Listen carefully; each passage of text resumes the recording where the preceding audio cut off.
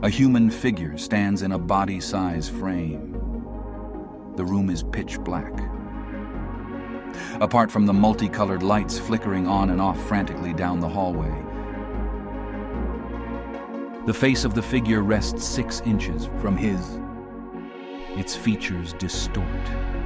Each new flash of the light illuminates a new color, contour, way of seeing. Each new flash revealing a new glimpse into the face previously unseen. He stood captivated by his reflection, entranced in his attempts to better see. The hall behind him seemed to stretch on for miles. Down the hall lay an open doorway through which the flickering lights resonated. Inside the room sat 2 individuals on a couch. The room would be pitch black if not for the television. Their bodies almost zombified, staring unconsciously into the colorful visions on the screen. Shadows swam across the walls, running from the lights down the hallway, as if to escape their fate. The mirror smirked back at the man. Do you see?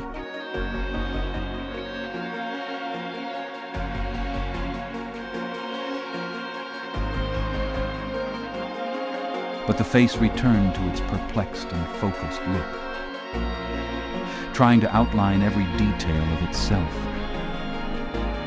I still don't understand. Shadow and light trade places, back and forth, across the outlines of his features, as if dancing. Every new observation seemed to change from the previous one. And yet, it was still him. He glanced at the reflection of the hallway behind him. He followed the lights with his eyes, leading him back to the doorway. He considered going to check on his friends, but didn't want to leave the mirror. At least not until he was able to find what he was looking for. What is real? Am I what I see in front of me? Or is there more to it? Which version is the real one? What I see keeps changing, and the more I look, the more it changes. As the emptiness of the mirror pulled his breath, the hallway elongated, and his face became thin and generic. As the heat returned to him and he focused, the hallway closed in, and the details of his expression became more visible. The emptiness in his chest was soothed as he stared at the details of his face. Somehow seeing his own body so close made him feel less lonely, more whole. Who am I? Who are you? He wondered to himself. Is this who I am or who I was? And which one is the real me? Do I remember who I was? How long will I remember who I am now? How long will I be who I am now? How long will I be me? How long will I be? How long?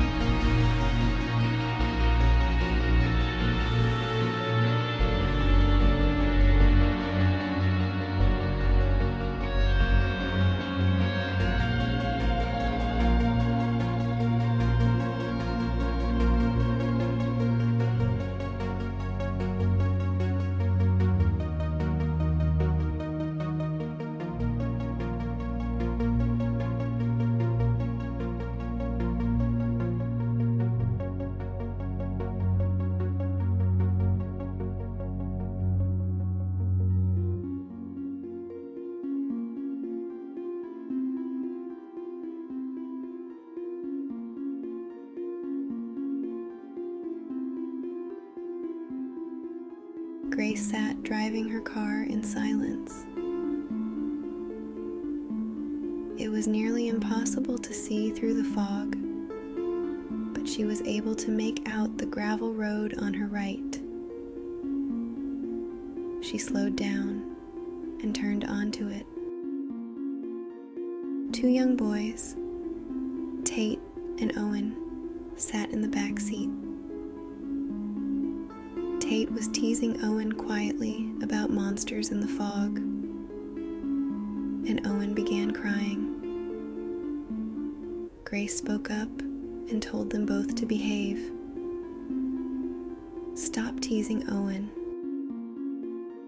Now both of you told me you would be good if I brought you. I'm supposed to be babysitting you for the weekend, so you better be good or I'll take you home. Grace was a bit uncertain about the camping trip. Her two friends, Emma and Carla, had invited her after two boys had invited them. Grace didn't like the idea of going while she was babysitting. Still, she had let them talk her into it. Luckily, she had been here several times, so she knew the way. Some miles down the way, two teenage boys stood next to the lake, skipping stones. Behind them was a carefully put together camping spot with tents and a fire. Nobody else had arrived yet. There was a post about 60 feet out from the bank in the water. They were seeing who could skip a stone onto it first, but weren't having much luck. Hey Lyle, text Emma back and see how far they are, said Davin. No good. I don't have any signal. It'll be dark in a few hours. Surely they are almost here. Well, I think I'm gonna start on the beer then, said Davin. He walked back to the camp and towards the cooler. Lyle looked back and saw a car pulling up in the fog. It was the other girl Emma had invited. Lyle and Davin weren't too thrilled she was here. Still, Lyle walked up and greeted her. I see you made it here safe. Grace was walking around to the back seat, helping the kids out of the car. Yeah, I had to drive pretty slow, but we're okay. Do you know how long Emma and Carla are going to be? Yelled Davin from across the site. They should be right behind me. They had to stop for gas before they left, she answered. Lyle welcomed Tate and Owen with some playful gestures, but Owen was too scared for games. Tate, on the other hand, seemed curiously distracted by something in the sky. Lila looked up, but couldn't see far into the fog. They all made their way to the campfire and sat around it, waiting for the other two girls to arrive.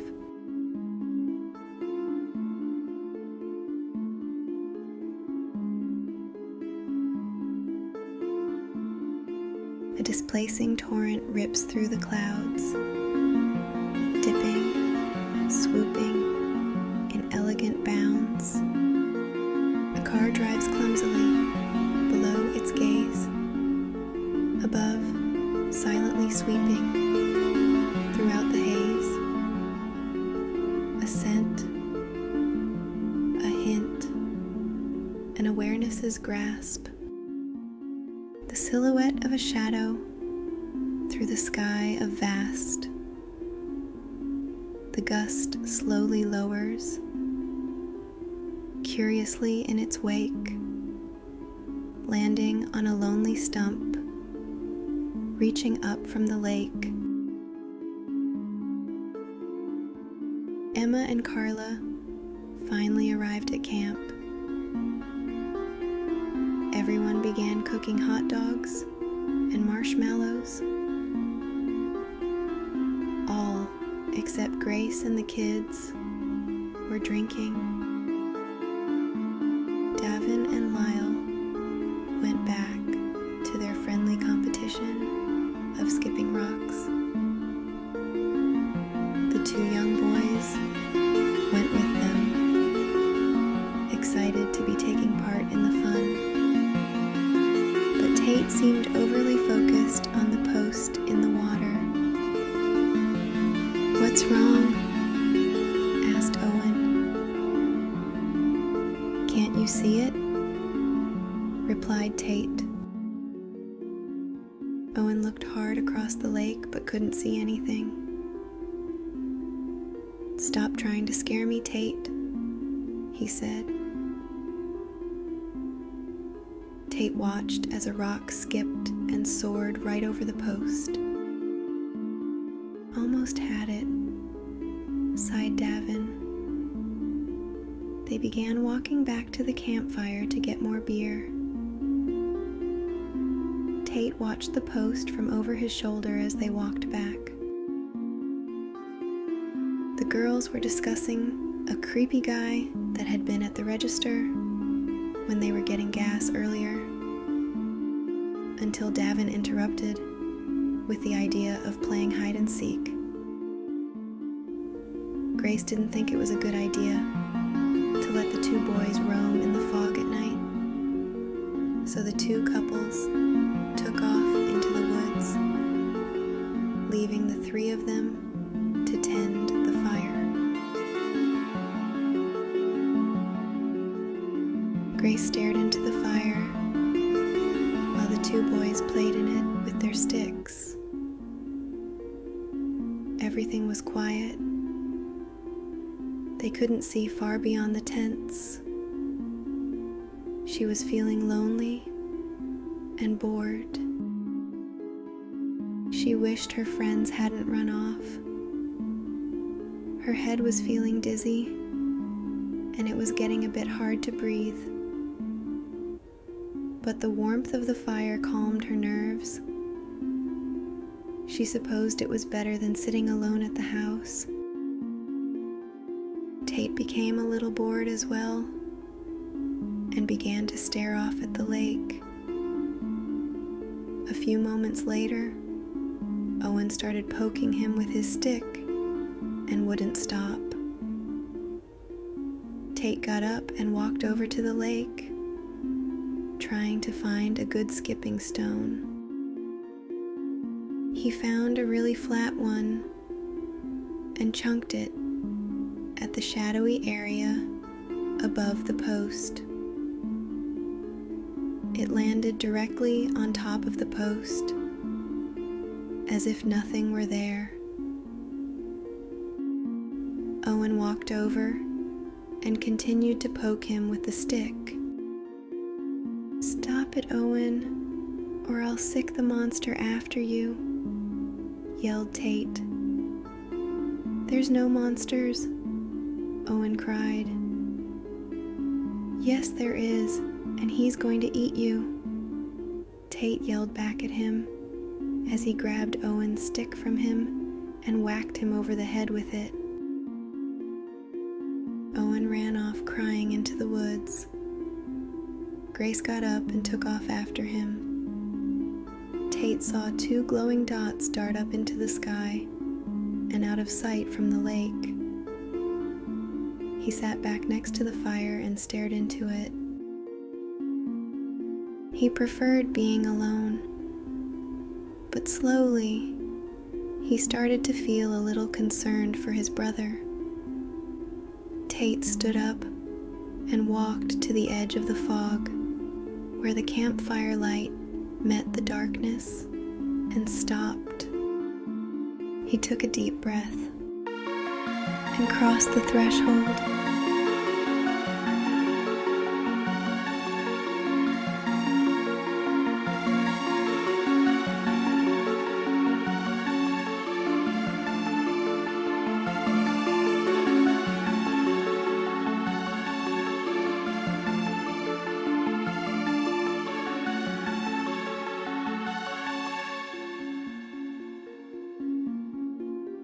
from high above, eyes pierced the night. Grace chased behind Owen, though she could not see him. Emma, Lyle, and Devin were together looking for hiding places, while Carla counted by a tree not too far from them. Owen was scared and upset. The fog was so thick that it choked him as he cried. Finally, he sat on a log in a small, clear patch of the woods. He caught his breath and calmed down.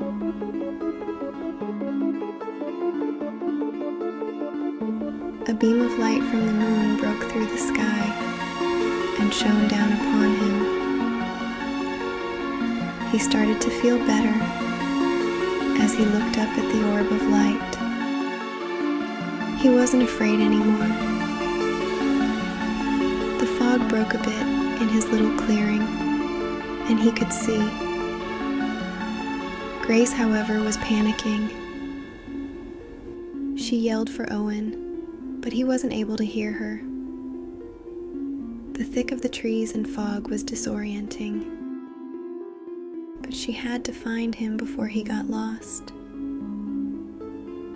Surely he wouldn't have ran much further than this. Maybe she would find one of the others, and they could help her look for him. Not far away, Carla was finishing her count. 98, 99, 100.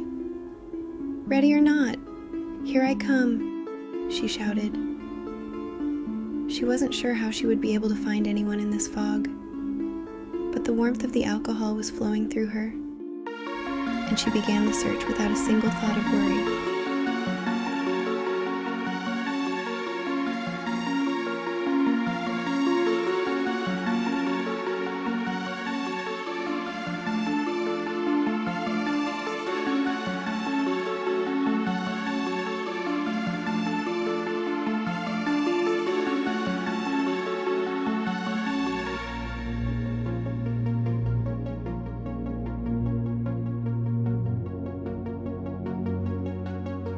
Do I remember who I used to be? What made me, me?